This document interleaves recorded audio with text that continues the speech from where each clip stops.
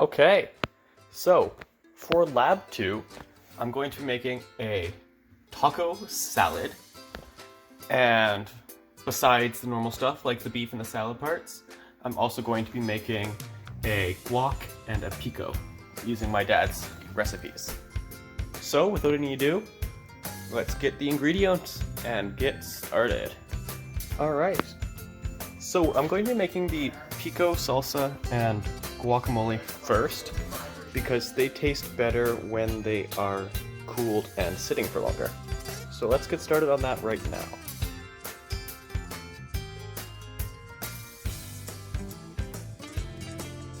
Cut up 1/3 cup of onion, and that is currently in the bowl for the guacamole. We are going to duplicate the same thing for the pico right now. Right, so we have the onion in both bowls. Going to go ahead and cut up the serrano peppers right now. To deal with the serrano peppers, we couldn't find any jalapenos at the store, so for every 1 jalapeno that the recipe calls for, I'm going to be using 2 of these serrano peppers.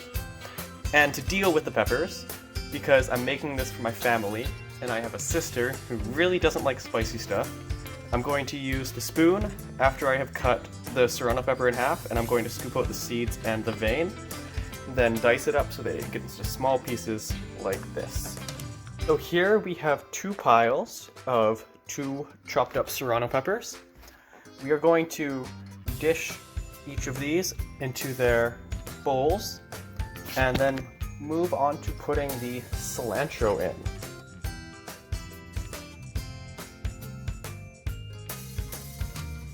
Great, so the cilantro has been chopped up and divvied up into the respective bowls, and now is where these 2 recipes are going to start to deviate. This one is going to be filled up with tomatoes and will become the start of a pico, and this one will be filled up with avocado and become the start of a guacamole. Let's do that! Chopped up 2 avocados and put them in the guacamole bowl. We're now going to mash them up and see if we need to add more or if we can move on to working on the salsa. Mixed up the guacamole. I'm gonna add just another half of an avocado just to give it a little bit more of that taste. See how that looks right now. Hey, well that looks quite good. Very happy with how this turned out. It is going to have some lime juice and salt and pepper added, but we are going to get the tomatoes ready for the salsa first because that is also going to get salt, pepper, and lime juice. So we are going to go ahead and let's start making some tomatoes.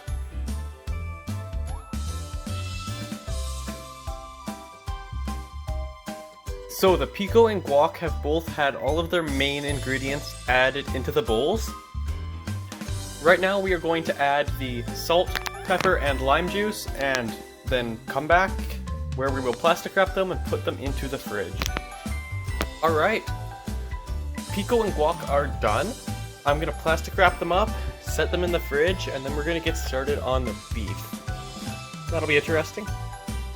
Let's go.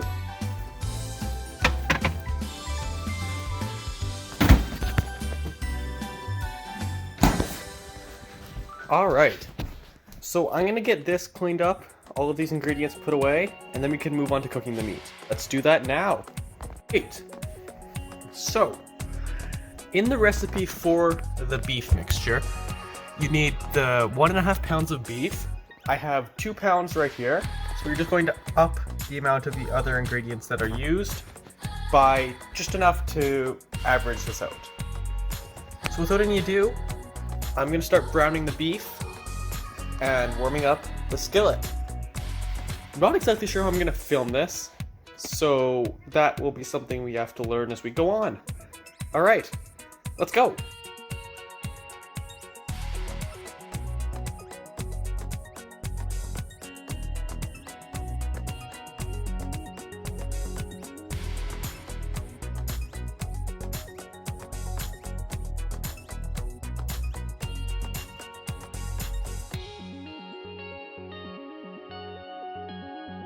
Alright, so before our meat could go into the pan, we needed to have the 3 things that went in with it ready.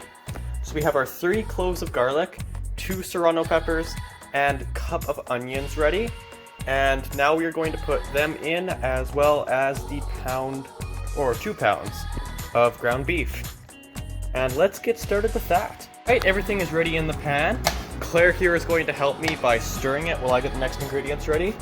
So I am going to measure out an amount of cumin and chili powder and get ready to put that into the mixture. So the meat has continued to cook. We've put all of the extra ingredients that is listed under beef mixture into the pot.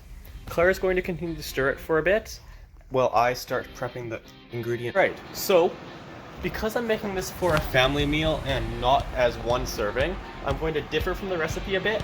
And to end this off, I'm going to prepare each of the salad ingredients and put them in a bowl on the table so that everybody can prepare their own salad, because I feel like that would go over a little bit better.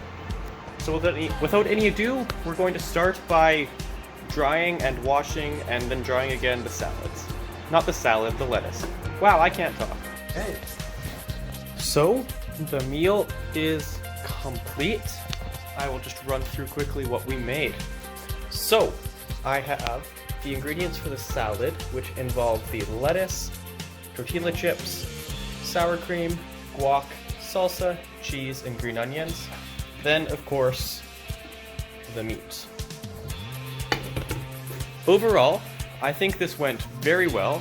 There were a few hiccups in which this took a lot longer than I expected, but overall I'm very happy with how this dish worked. Alright, to the wrap up.